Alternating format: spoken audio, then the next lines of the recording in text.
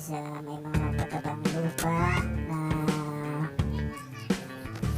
aking nabili. Ito yung 7 pesos sa balot. Nabili ko to sa ikutan.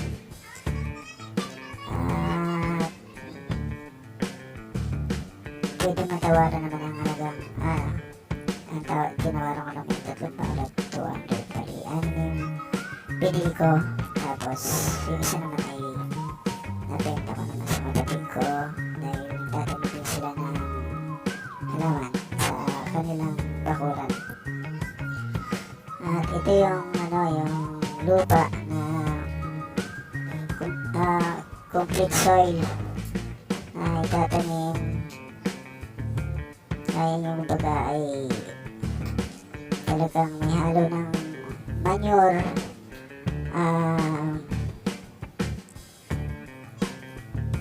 ano pa, yung vermicompost,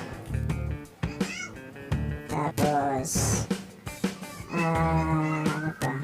ano pa sa halo-halo yan, at saka yung usod ng kahoy na halo upang sa ganun ang lupa ay buwaghag para doon sa mga ugat ng halaman ay ang mga matatanim ay mas mabilis kumbaga hindi nahihirapan na magkaugat, mabilis, kaya mas malusog ang tinatanim ng mga gulay sa bakuran. Ayan.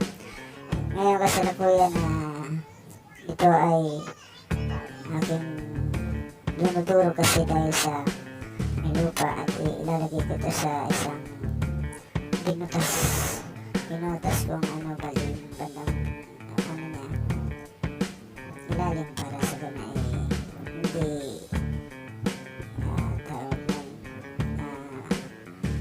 para yung tubig pagka dinidilig hindi na-stuck dun sa ilalim. Ngayon yung buong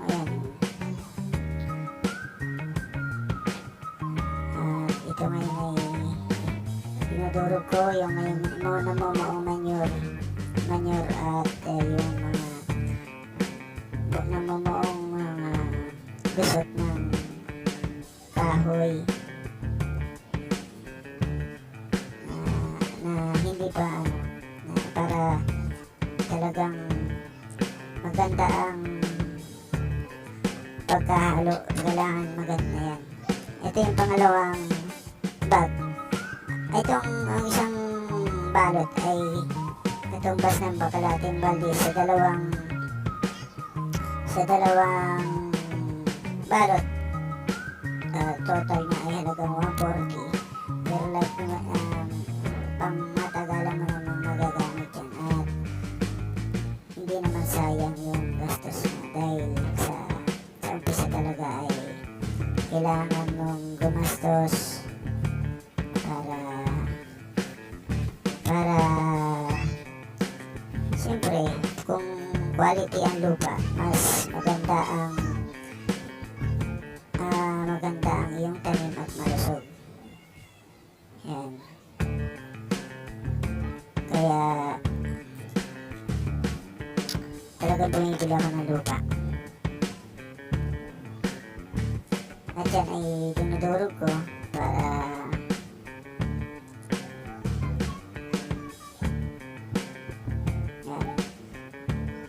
mas maganda at saka hinahalo-halo ko.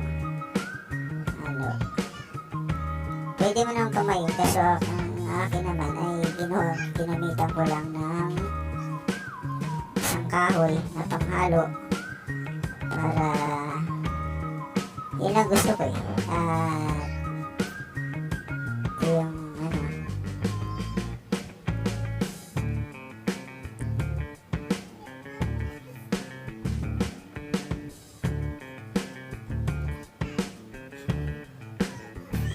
yung pangalawang bag na ibinuhos ko doon sa balde.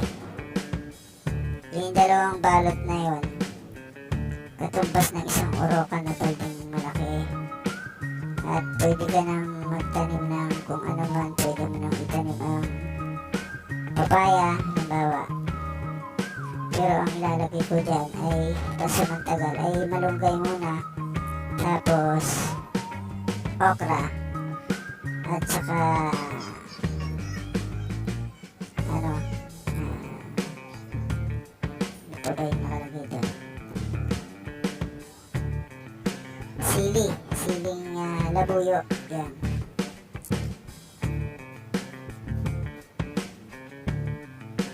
Ayan, ay kasalukuyan ang aking inahalo para maganda ang pagkakaano ng complete soil.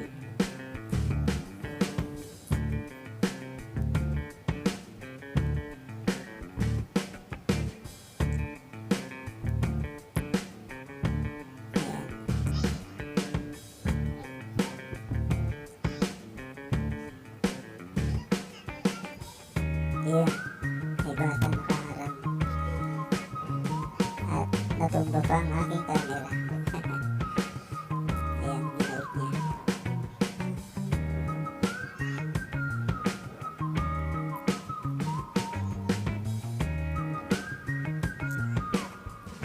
Isa po yung aking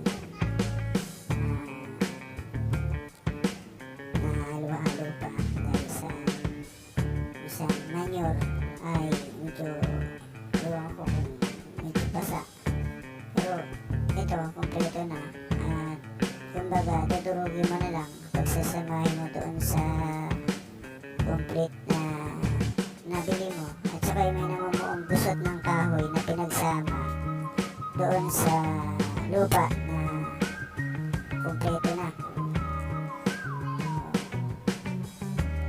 Ayan na yung ililipat kong okra at yun nga ay medyo may mga langgam na latsara. Yan, namin ko muna kamay ko.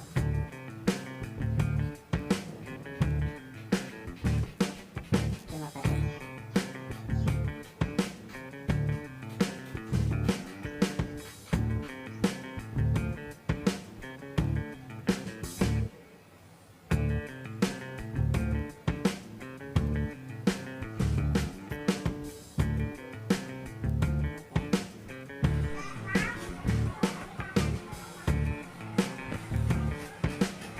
At yun nga ay ililipat ko na yung okra doon sa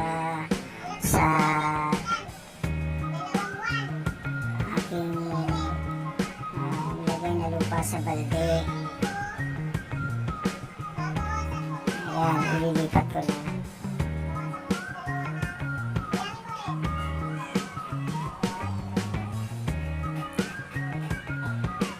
Habang hiniwalay ko yung dalawang puno ng okra,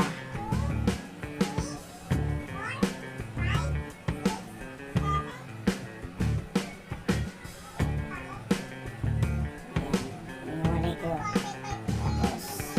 Tapos doon sa isang lagayan, yung isa ay ilalagay ko doon sa isang maliit sa harapan ko, may maliit na paso. Nasa ng tagal din habang hindi pa masyadong lumalaki, ay hindi pa masyadong malaki. Ayan.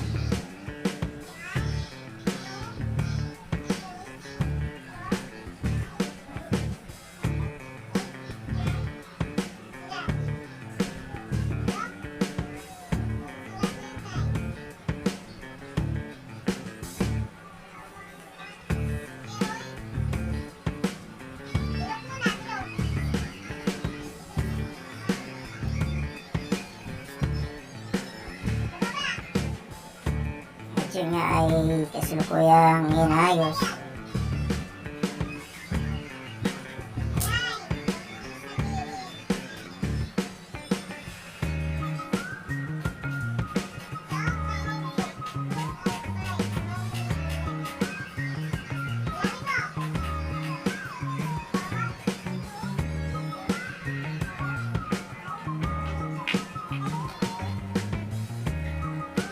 Ayan, at aking dinidiligan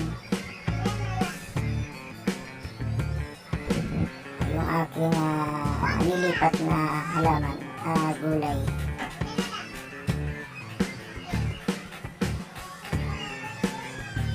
Ayan, yun yung mga ampalaya at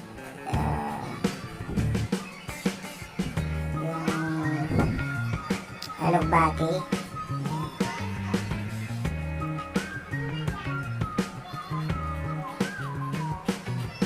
At ito naman ay isang pandan na binigay lang sa akin ng isang araw at kalilipat ko pa lang kanina. Ayan. Kalilipat ko pa lang.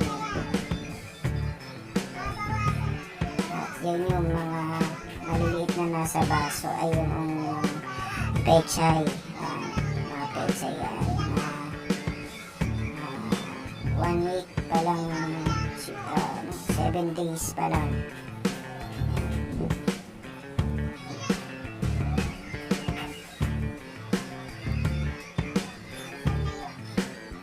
Please subscribe my channel and thank you for watching.